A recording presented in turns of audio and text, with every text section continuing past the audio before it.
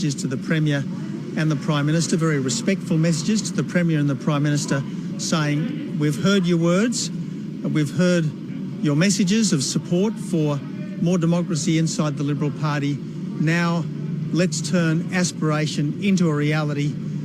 Prime Minister and Premier, by going to the New South Wales AGM next weekend and saying we must change now. Mr Abbott, why are you pushing for this now and not when you were PM? Well, I was pushing it when I was Prime Minister.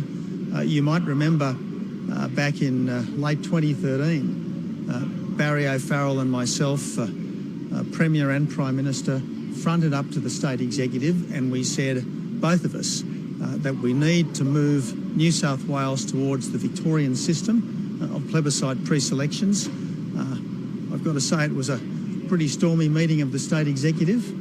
We then went, both of us, before State Council the following day and started the process. Now, the key to the process was the John Howard chaired committee, which recommended a swift move to a more democratic system here in New South Wales. We heard John Howard just the other week at the press club saying that at the moment the New South Wales Liberal Party is a closed shop. It's an insiders club. It can't be. It shouldn't be.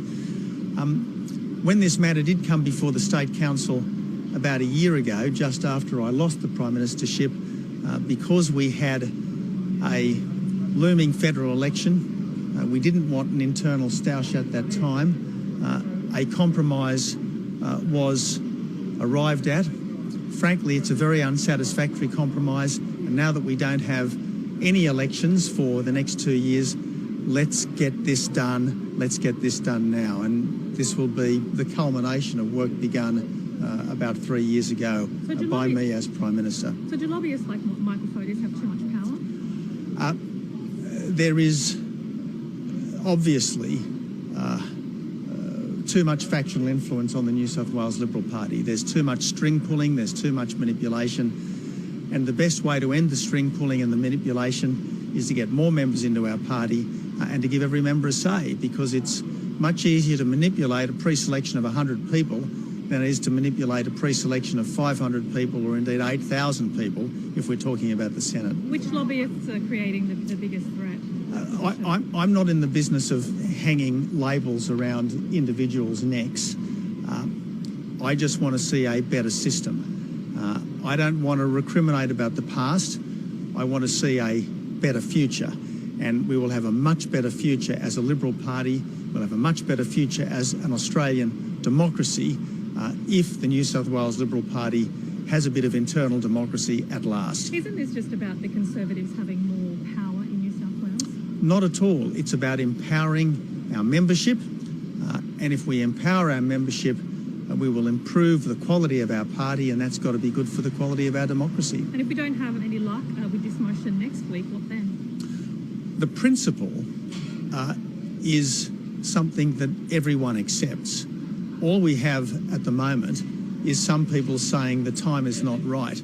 Well, I say this is precisely the right time because we don't have any elections for 2 years. I don't much like political parties navel-gazing and introspecting, but if we've got to do a bit of navel-gazing, if we've got to reform ourselves, now is exactly the time to do it. So why should fewer people are being considered? If you don't give people a meaningful role inside the party, why would they join? If your only role inside the party is to front up on polling day and hand out, or if your only role is to front up at a fundraiser and pay out, why would you join? We need our members, not just for their money, but for their minds as well.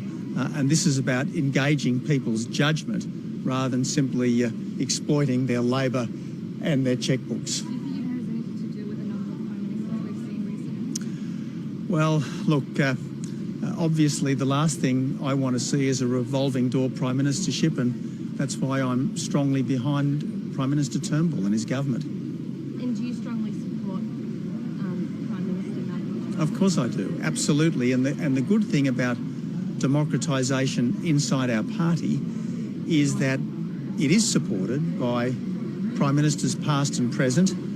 It is supported by Premiers past and present. And what we need is all of those Prime Ministers, all of those Premiers barracking for democracy, not in 2 or 3 years' time, but now at the AGM next Saturday. Given Victoria Dwyer's error in the House on Wednesday, do you think the party is strong under that in terms of leadership? Look, we've just won an election. It was, as the Duke of Wellington might have said, a damp near-run thing, but nevertheless, we've just won an election.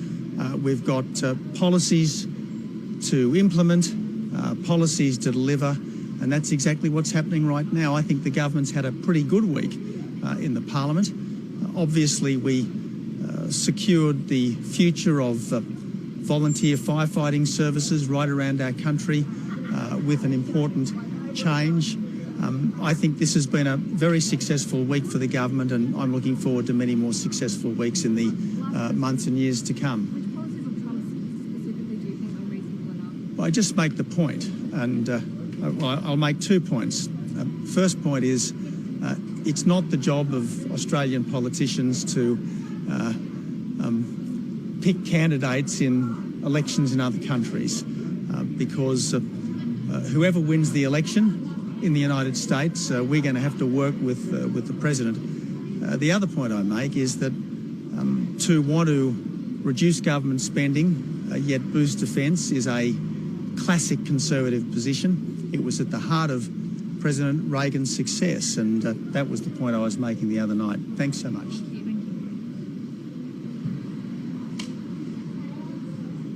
And that was the former Prime Minister Tony Abbott speaking there after his meeting with the New South Wales Liberal Party members regarding the democratisation of the Liberal Party and the way in which they pre-select their candidates for elections. He said that the point of the meeting was to generate enthusiasm, not just for today, but for the week ahead when there is that AGM next week, turning aspirations into reality.